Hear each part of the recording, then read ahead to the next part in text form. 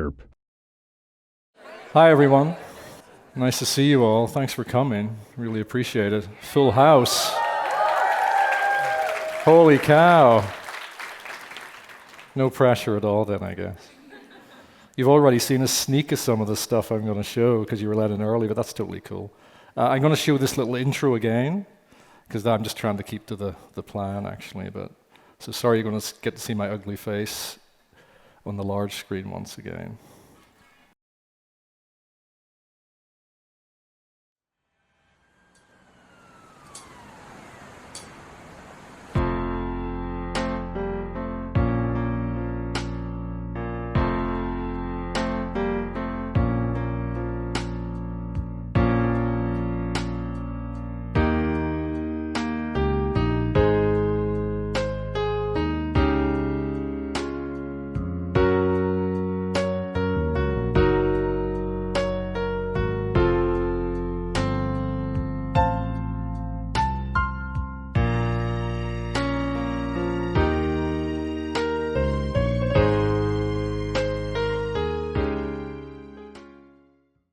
Well, thanks for joining me for this talk today on not just The Last of Us, but some of the other boards I've done through the years. I suppose I should start this talk with how I actually got here to this point in my career. And let me just pull up a PDF while I'm talking. So, growing up in Ireland, comic books, film, and TV were my main comfort blanket. I just loved the art and craft of visual storytelling, I always have. I then, many years later, ended up finding myself in art college in Dublin, studying fine art. And as there was a new animation department just starting up in that same college, I decided to give it a go. And after graduating that course, and a few storyboard tests later, well, quite a few storyboard tests later, I finally landed my first job in animation. And that was the beginning of my career. Since then, I've worked in film, TV, comic books, and gaming, with many clients on a wide variety of projects. And now here we are, I think a little over 25 years later. I'm currently based in Vancouver, Canada. And as it's been quite the journey, I thought it'd be best to start this conversation with sharing with you some of the illustrations and boards that got me to this point. The career threads, so to speak, that led me to come to work on The Last of Us. It's going to be an abridged version, obviously, as we only have an hour, but hopefully it'll give you enough insight into my process, my working process. So let's start with comic books. It's always a good place to start, in my eyes. One of my first loves. Comics have always been a huge influence in my life, and I've learned so much and continue to do so by reading them and studying them. Lighting, mood, cutting pattern, framing, pacing, action, and so on and so forth. It's all there in comic books, well, the good ones. This first selection is from a book I wrote and illustrated entitled The Hunt, published through Image Comics. And as you can see from the content, I have a really strong preoccupation with horror, and I'm sorry if that's kind of low res. Hopefully you can see it okay. It's pretty clear. So this next section is from concept art for a proposed video game, a very gory and violent video game, I should add. And I think I may have sent this to Neil Druckmann when I was applying for the position of board artist in The Last of Us, so it did its job. And again, these are just key frames, key moments in the video game. And around this time, I'd kind of stepped away from animation, freelancing doing comic books and some of this other work, to focus on my own properties. And I'd been approached to work on a few live action shows, and some of the portfolio work that I've put together for those jobs, which would have included The Hunt and this concept art, landed on the desk of film director Albert Hughes. He was directing a movie originally titled The Salutrian, which later became a movie called Alpha. I produced a few sample boards that met with Albert's approval, and that's how I made the move into live action. And these are actually the sample boards that I worked up for Albert. And as you can see, the boards are very detailed. Albert, really likes detail and a lot of rendering and likes them to look as realistic as possible. And it's rare that as a production artist you get to spend that much time on a single panel. And here's actually an animatic from that same movie.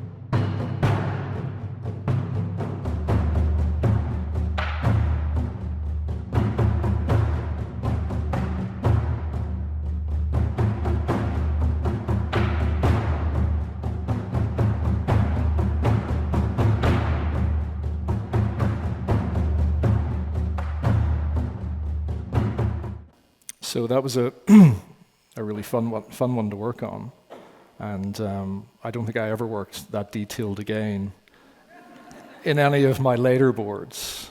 So I thank Albert for giving me that opportunity, and I did hundreds and hundreds of pages, which I won't show you because this is the Last of Us panel. But and to give you an example where I started working a little bit looser. This is from Disney's Timmy Failure, directed by Tom McCarthy. This section of boards in particular has Timmy partnered up with his mother's new boyfriend as they try to capture a thief who's stolen a purse. If you're not familiar with the film, it centers around a young boy who has an imaginary polar bear as a friend. And as you can see, it's a lot looser in style. This board went through numerous iterations as other ideas would surface at board meetings, trying to find better ways to handle the visual gags, or even dropping complete sequences altogether and reboarding from scratch. This, as I'm sure some of you are aware, is normal process for animation, not so much for live action or for TV. But Tom co-wrote Up, Pixar's Up, and comes from a comedy background. So I feel he was bringing that same sensibility and work ethic to this project. So I'm just scrolling through some of this to give you a sense of how it reads and just the level of detail in some of the shots. And I should say that we read top to bottom, so we're going this way. So these are actually 2 pages joined together, just in case that was confusing you, actually. So this was towards the end of the movie, and it was a fun one to work up. And there's a lot of inserts. A lot of this gag-related stuff was put in last minute. It wasn't scripted, obviously. And finally, Timmy's driving the truck. he hits the curb, flies up in the air, the polar bear's on the roof, and he lands right into his teacher's house through the window. And let me just pull up the next one. Sorry, I'm going a bit old school here, I hope you don't mind. And I should say, as an aside, I've worked in many genres, from sci-fi, horror, drama to comedy, and have therefore had to accommodate many types of drawing styles, from cartoony to realistic, especially when it comes to boarding for various film and TV shows. For a working artist, this could be an essential way to keep busy in the industry. Being able to adapt is always a good thing. I've had clients that were amazed that I could jump from one style to another. They sometimes thought that I was actually subcontracting to other artists, which I wasn't, because I needed the money. But my default style is usually quite realistic. It leans more towards realism. This is from Sacred Lies, another TV show. And again, you can see that it's rather rough and dirty around the edges. But it carries the same energy as the Timothy Failure. And there's something cool about staying with that kind of initial sketch. It's one of the good things about being a storyboard artist. As in the illustration world, the client would be horrified at receiving, in their eyes, an unfinished work. So we're lucky in that regard, that we get to go with our rough drawings. So again, this is just another attack, a young boy in the woods, and he's attacked by a boar. Again, we're reading top to bottom. The boar hits a tree, turns around, runs back to the boy, who's now fallen on the ground. It rips at his arm.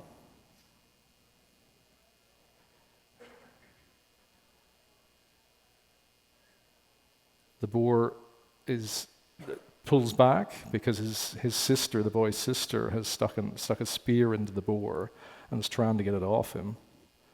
She rips the spear out, she trips, she falls, and then the boar approaches her and rips at her back, and then we're over the boar and we see her on the ground in quite a bad state of affairs. And here's a little animatic just to show you how that played out.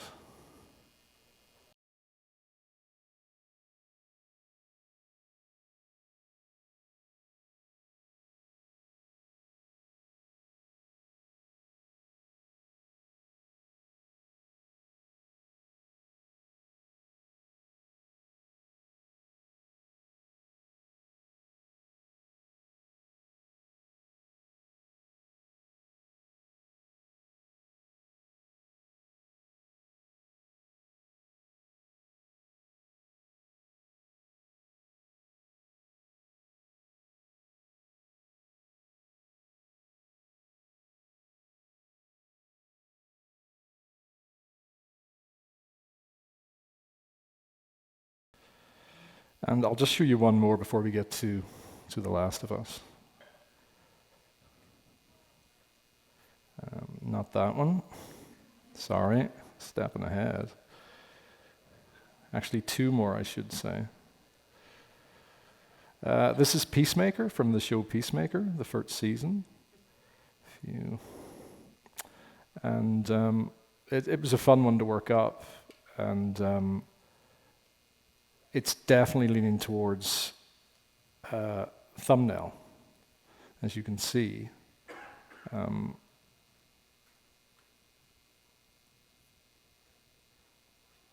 But I have to admit, I kind of like working in this style.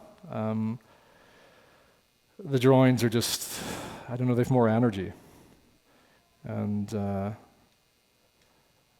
not overworked, as sometimes other boards can be. Like the alpha boards were quite detailed and quite heavily rendered.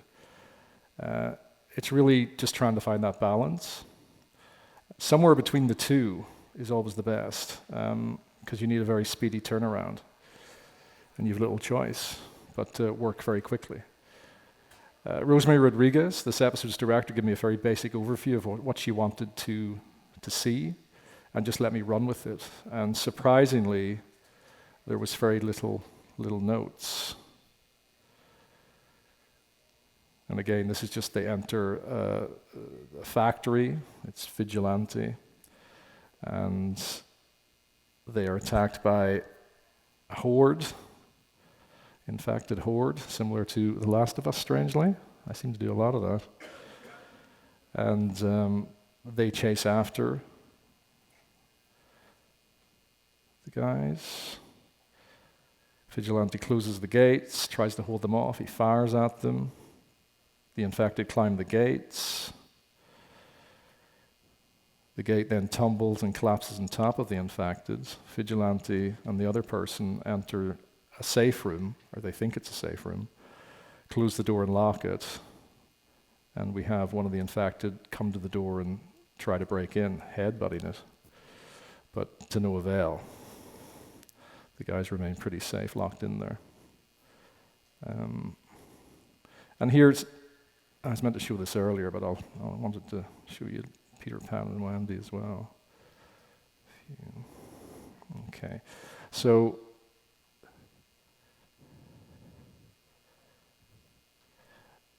this is another quite recent board, and again, it kind of sits somewhere in between that kind of detailed and looser kind of thumbnail style.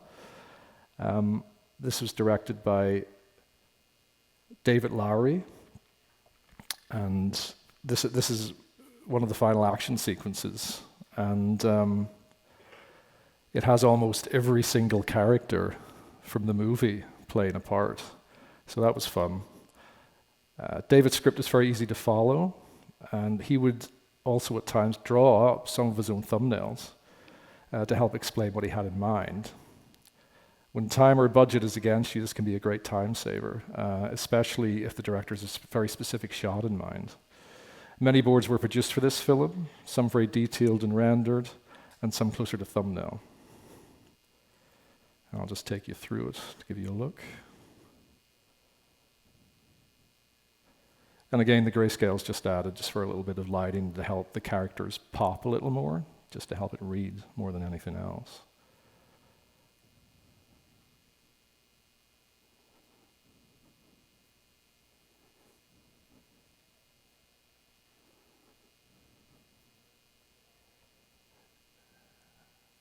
And I think this was drawn before they had cast the actors. Later on, funnily enough, David actually asked me to go back into these same boards and some of the other boards I had done previously and redraw the boards with the actors' faces.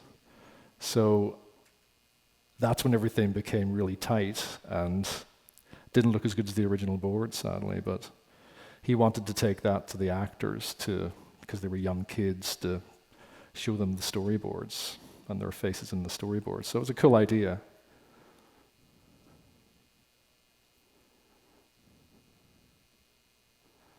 And again, this is quite well beated out.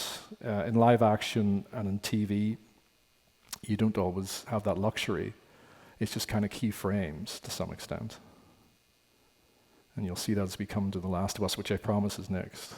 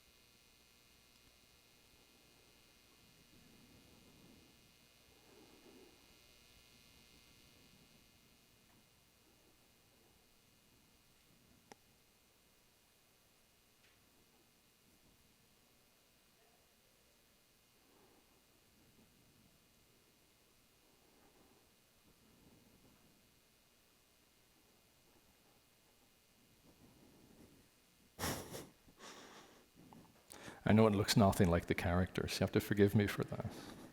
This is before Bella Ramsey was even cast, actually. I think Pedro was cast at this point.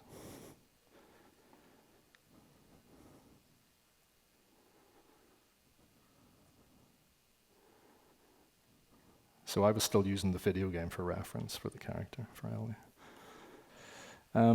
This is actually, I think, the second pass of this sequence. There were a few changes when I can remember. Mainly character notes from Neil Druckmann about the characters, about characters wouldn't act this way, or because he knows that, obviously knows it inside and out. And he was the director of this episode as well.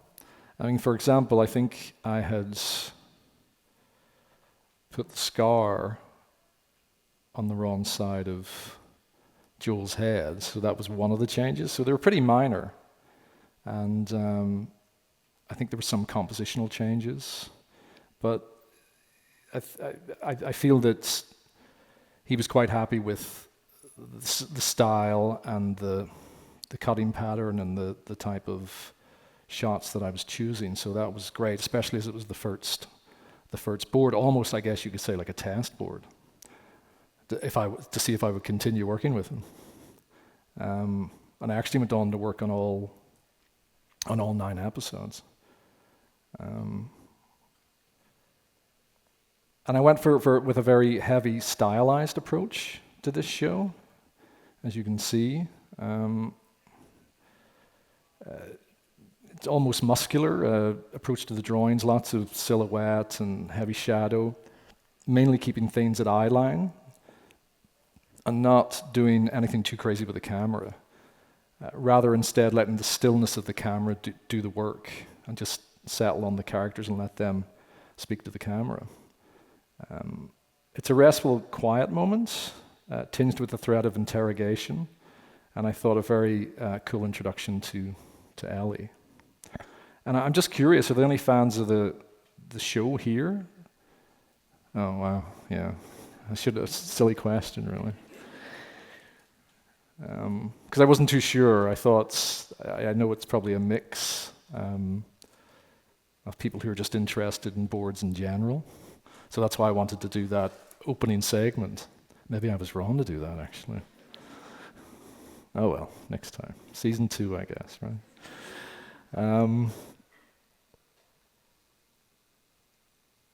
And, you know, I knew about the video game when I got the call.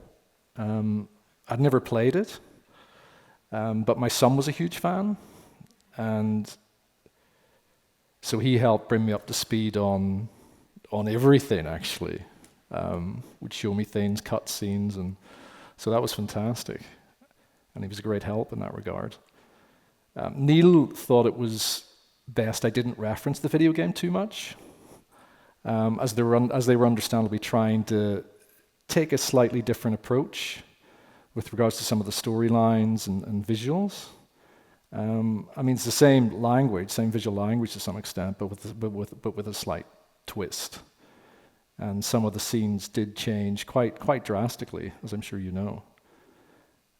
Neil is the first director I worked with on The Last of Us, which was episode 3. It later became episode 2. There was actually originally 10 episodes, but they took 1 and 2 and combined them and made them into one episode. It was almost like a feature kind of opening episode. And I should say that my son put together these animatics, and he's not here today, sadly, but I mean, not here in the room, sorry. Wow. Looking for sympathy there. That didn't go out right. That would have took a different tone, really, wouldn't it? And I say that, you know, because it's very rarely in live action that I would be asked to animate my boards. The pre-phys guys would usually deal with that side of things, cutting and pasting, reshuffling, adding 3D renders, various effects and sounds, and usually based off notes from the showrunner and that episode's director. But it's nice to see it When I worked in animation, all my shows were turned into animatics because I worked in 2D animation and computer animation early in my career. And I thought it'd be nice to take you through the mechanics of, let me just pull this up. Hopefully this is the right one. Yeah, okay. The mechanics of one of the first action sequence that I worked up. Again, this was with Neil from the same episode 2. And this is where Tess, Ellie, and Joel have to take an alternative route, and they decide to go through the museum. The first pass is based off the script and an initial walkthrough with Neil, a very brief walkthrough with Neil, I think, as I remember at the time. I decided for this just to keep it kind of keyframes, just to get the basic beats of the scene. So as you can see, they've entered the museum. There's a whole scene before this as well, actually, where they're climbing stairs, whatever, which I have, but I thought I'd just take you straight to this. So the floor falls behind them, and they're trapped in this room, and there's 2 clickers in this room, and they don't know that at this point. They soon quickly find out. And again, these are just some of the beats, Joel stopping, telling them to keep quiet. As a clicker enters, moves behind him, he's telling Ellie to keep quiet. The clicker turns, spots Joel, starts running after him. And I think this was one of Neil's early notes, because a lot of this wasn't scripted, especially the action stuff, where Joel would push the bust of a head, and it would fall, and it would actually hit a glass cabinet, or I think it became a mirror, and that would distract the clicker off him.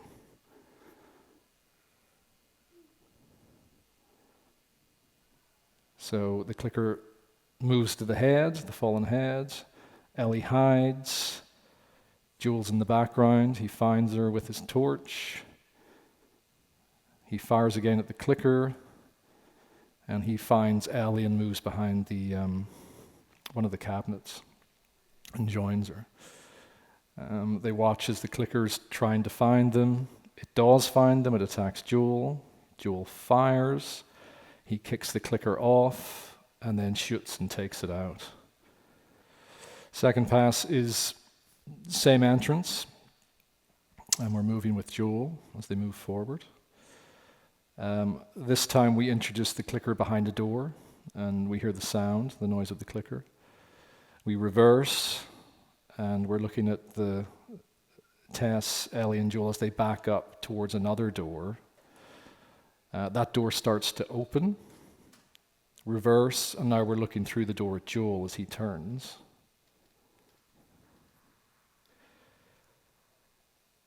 Now they're worried as the door completely swings open. I soon learned that Neil isn't a big fan of, in fact, in general, of top-down shots, aerial shots, geography shots. So he likes to keep things kind of eye level. So the clicker starts to move towards them. Ellie reacts. Joel tells her to keep quiet. Again, the clicker moves behind Joel. Reverse as we watch as the clicker moves past camera. We tilt up, reveal the clicker. The clicker's moving around looking for them. Turns its head, and one of its ears is missing, deformed, and the other ear is still functioning, so it's listening. Ellie lets out a little whimper. It hears, and then blam blam, Joel notices and shoots it off camera. We whip pan to Joel. He tells Ellie to run, and he takes off to bring the clicker with him. Ellie quickly turns and sees that there's another clicker. Clicker 2 has entered the fray, and it starts moving towards her. Ellie turns, starts to run, and she bumps into Tess, who grabs her by the hand and pulls her, tells her to hide as the clicker moves towards them. Tess shoots at the clicker and leads the clicker off down into a dark archway.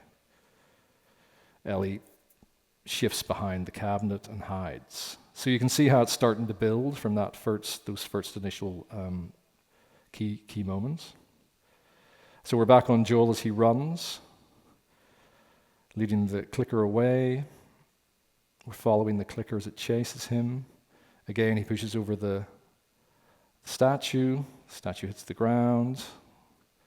The clicker reacts and goes to the head.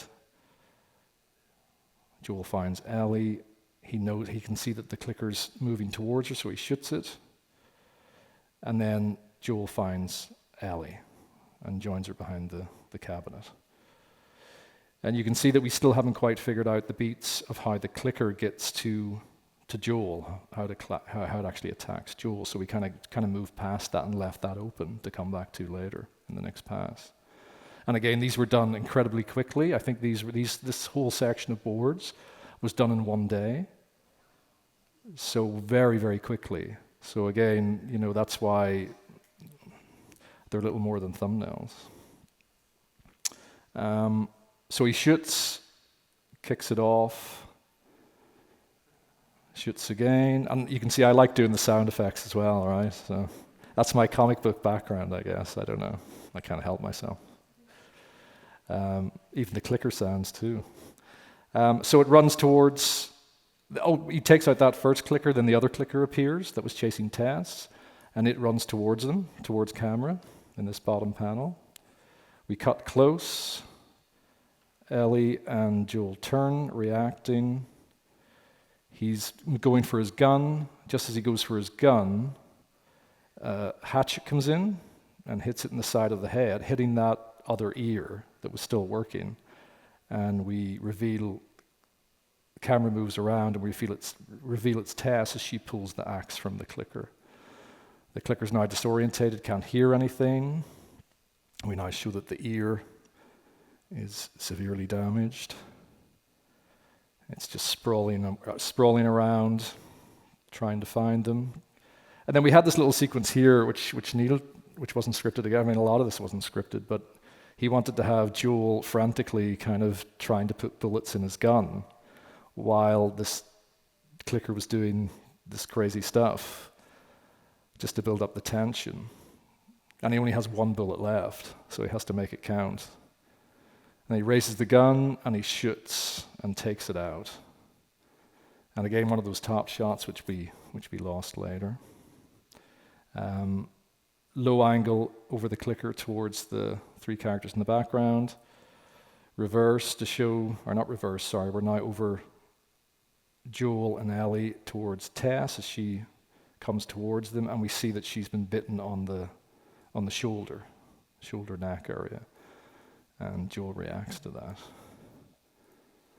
And this is the final pass of this section of boards, so I thought I would just show it to you. Where with this one, same opening, but it's a longer build and intro to the museum itself. We felt that we needed to set the scene a little bit more and really have fun with the museum set. So we cut over Joel and move with him, follow him as he moves with his torch, looking around the museum.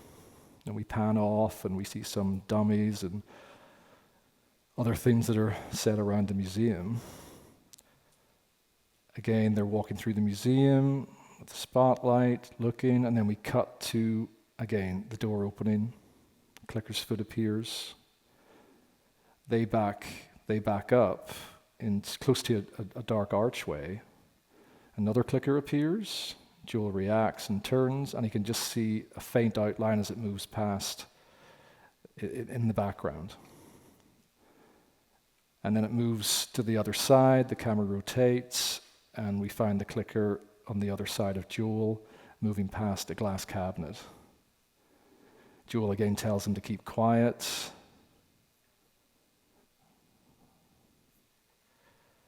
But Ellie, of course, just can't help herself.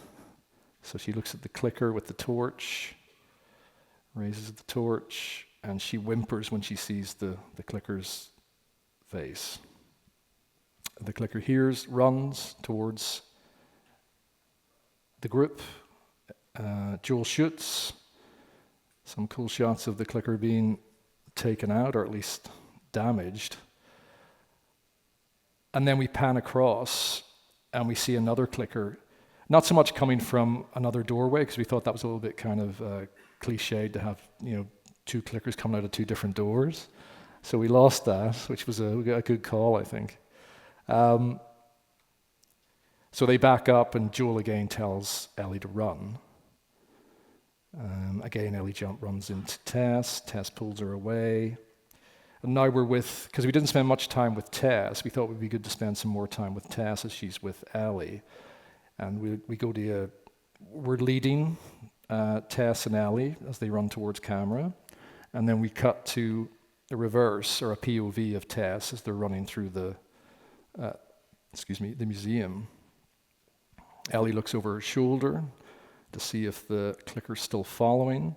She sees a muzzle flash, and this is obviously Joel doing his thing somewhere else. And then she turns and she runs into a museum dummy and knocks it over. She looks up and she finally sees the other clicker running towards her. So she looks over to Ellie and she tells Ellie to hide. And the camera lowers, and we pull with Ellie as she looks for a hiding spot, as Tess runs off into the distance, trying to lead it away from Ellie. So Ellie keeps crawling. And then we're back with Joel. And the clicker is chasing him, and we decided to add some cool museum shots, just to show some silhouettes and nicer lighting. The fact that he would be running in front of a broken window, with the clicker following behind. Joel running towards camera, clicker following, and then we're following Joel. Reverse as he again comes towards this bust, pushes it over. This time we've added a pan as the head falls and hits a glass cabinet or a mirror. And we cut and we see Joel finding a hiding spot behind some shelves. And we have the mirror and the fallen head in the background here. The clicker approaches slowly in the background behind Joel. We see it reflected in the mirror. And then the camera pans across, and Joel sees another little cabinet, the one that Ellie's hiding behind. We cut to Ellie. She watches the same thing that that Joel's watching, but from a different angle, the opposite angle. The clicker reacts, hears something. Again, she whimpers. It starts moving. Joel hits it again, shoots it, delete it away. Oh, sorry.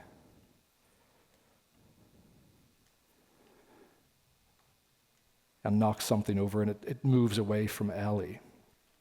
And then we kind of cheated this. We're on Ellie as she moves further along the cabinet, trying to get away from this clicker to hide herself.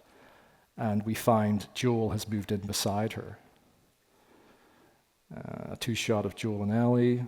Joel tells her to calm down and keep quiet, that everything's going to be okay, even though it's obviously not going to be okay.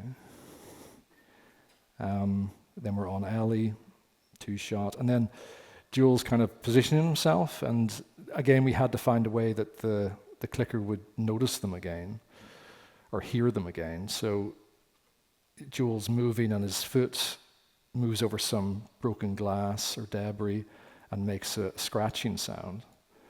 And then the camera cuts to the two-shot again, and we tilt the camera up, and we have the clickers now jumped onto the top of the cabinet and looking down at both Ellie and Joel. It jumps, the camera follows, it lands on Joel, Joel shoots, and then kicks it off. Lifts his knee up and kicks it off. It falls backwards, gets back up again. Joel stands up with Ellie,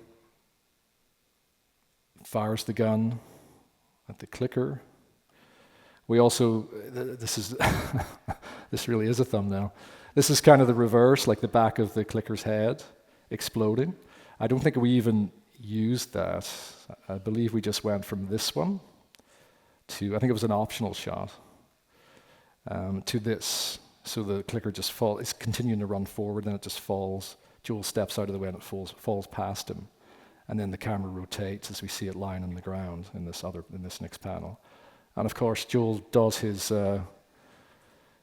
double tap quite a few times.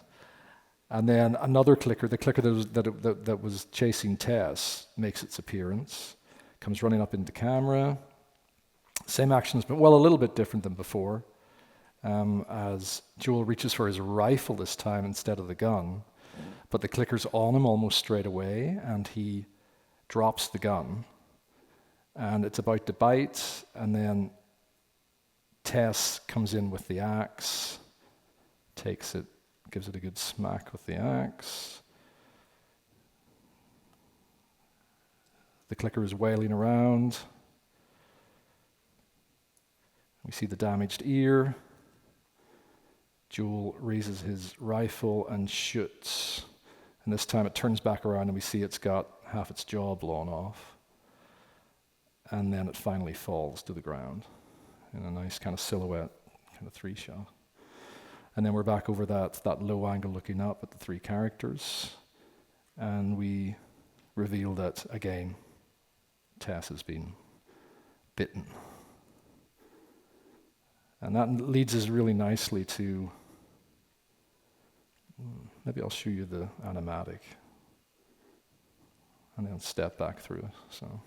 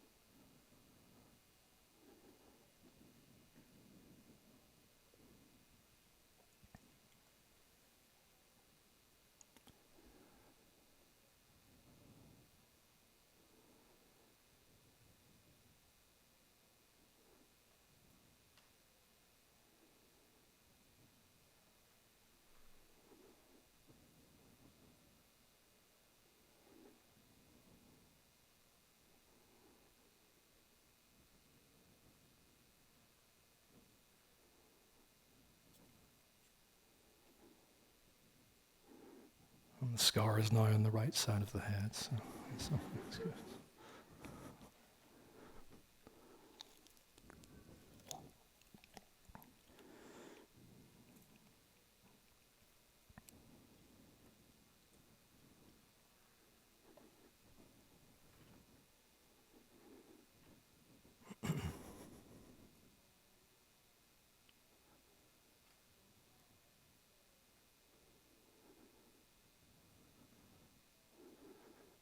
And this one's quite close to the actual episode, for the most part.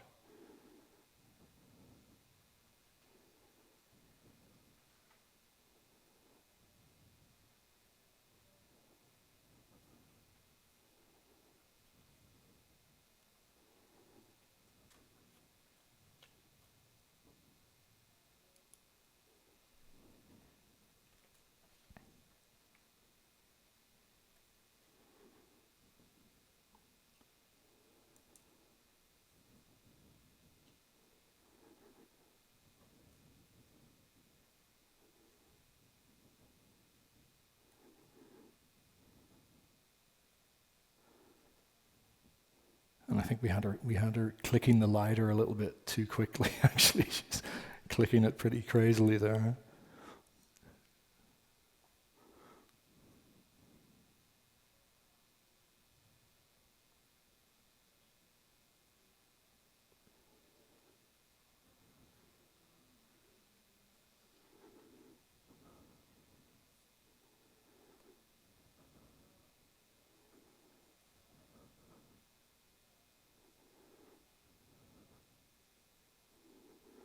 And again, we wouldn't normally do that kind of high Y shot. It was just more for the geography of it to show that the lighter was filling, the flames were filling the frame. And I'll step back, if you don't mind, into the original story keyframes for that scene before we got it to that point. And again, this was really just to show her sad demise. It was just really the bare bones of the scene. Tess alone with the infected horde stood, well, we have her sitting actually, or kneeling at this point. And then that really creepy kiss and drop of the lighter. So this was just something to show, again, something quick, rough and ready, to show the needle, to see if it was moving in the right direction. And as you can see, it changed quite a bit. This last panel, we're actually over Tess watching the infected run towards her. We decided to lose that and do it from almost like the POV of the horde as they went towards her. Again, the kneeling, I think that might have been my idea, I can't remember. But we quickly nixed that because it didn't make sense and it would have been awkward for that kiss as well. So we thought it might be better if she's standing for that. Either way, it's nightmare stuff. I just thought it'd be nice that she was like sitting in this puddle of gasoline. But again, it's that kind of high wide shot which we try to avoid. Again, a nice upshot as she hits the lighter. And these shots are still actually, funnily enough, these shots remain the same pretty much when one of the lead infected kind of walks towards her and does that kiss. So I just developed that a little bit more in the next pass. And here she just drops the lighter towards camera.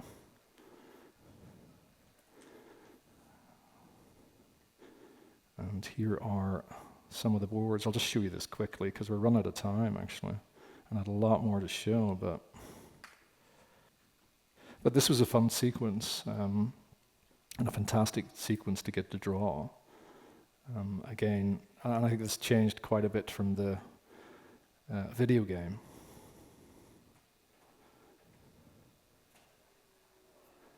And I should say that you'll notice here it looks like it's jump cutting. It's actually not. These were just, what I would do when I have the time is give options, like a top shot, a side shot, just so the director has a bit of choice and can make a better decision on the kind of direction he wants to take. So that's why here you have the infected crawling towards Ellie, and I think it's almost, it's actually Joel's POV as he shoots it. But I think in the animatic you've seen that it was from behind the infected crawling towards Joel that he shot it. So.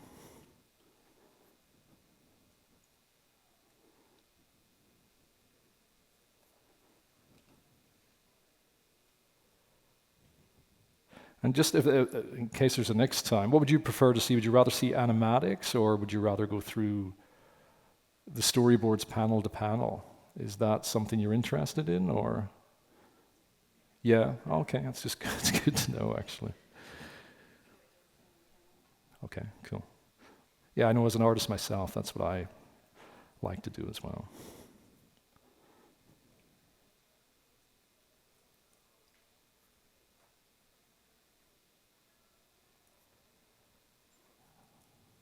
Yeah, and I think this was a last-minute addition as well.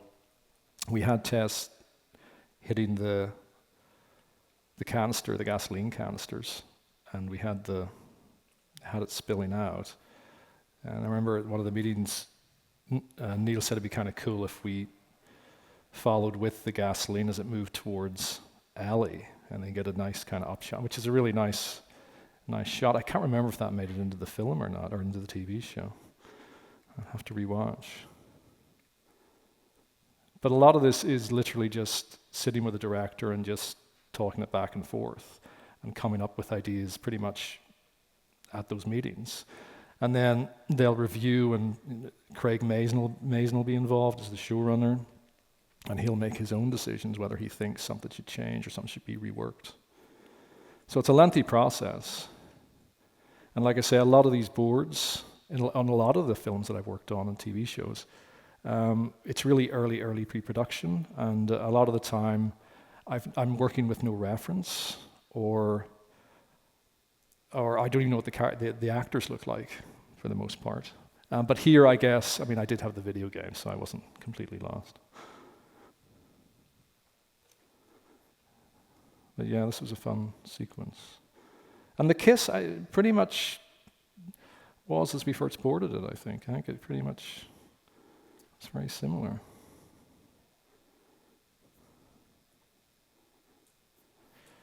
And I think we're running out of time now. So you said you'd rather see panel to panel? Because I have an animatic, but what will I show you, actually? Okay, I'll show you an animatic then. Because then I can stop talking for a minute.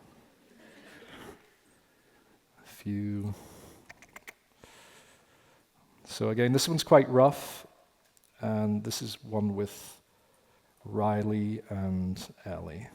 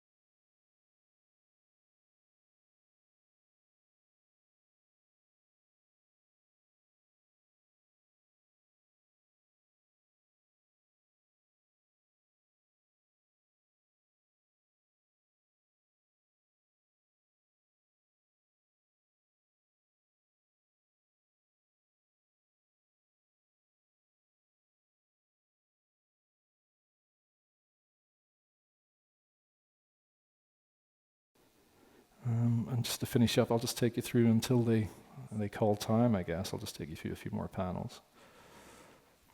Let's see. This might be the last one. So this is episode 3, I believe, with Bill, when, which one is this? Oh yeah, this was a proposed sequence for Bill fighting off intruders. And we spent quite some time working on this, trying to figure it out. We even started with a deer at the fence, looking through the fence, and then runs away. We push in. We have one of the intruders stand up. He looks around, he whistles, and his men emerge from the trees and join him. They walk forward. We see them with their guns. Another guy stops beside him, gets down, opens his bag, takes out some bolt cutters. We get to see some of the sensors on the ground. As they move forward, they knock off the sensor, which starts off those flamethrower devices, which I still don't know how they work, to be honest. And then the flamethrowers kick in, they react.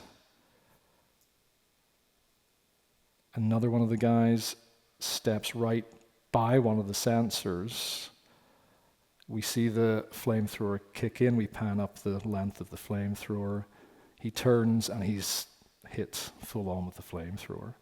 And then we go reverse on the flamethrower looking towards him, and it finishes him off, and everybody else just runs away. And the funny thing about this is that pretty much the entire sequence was cut.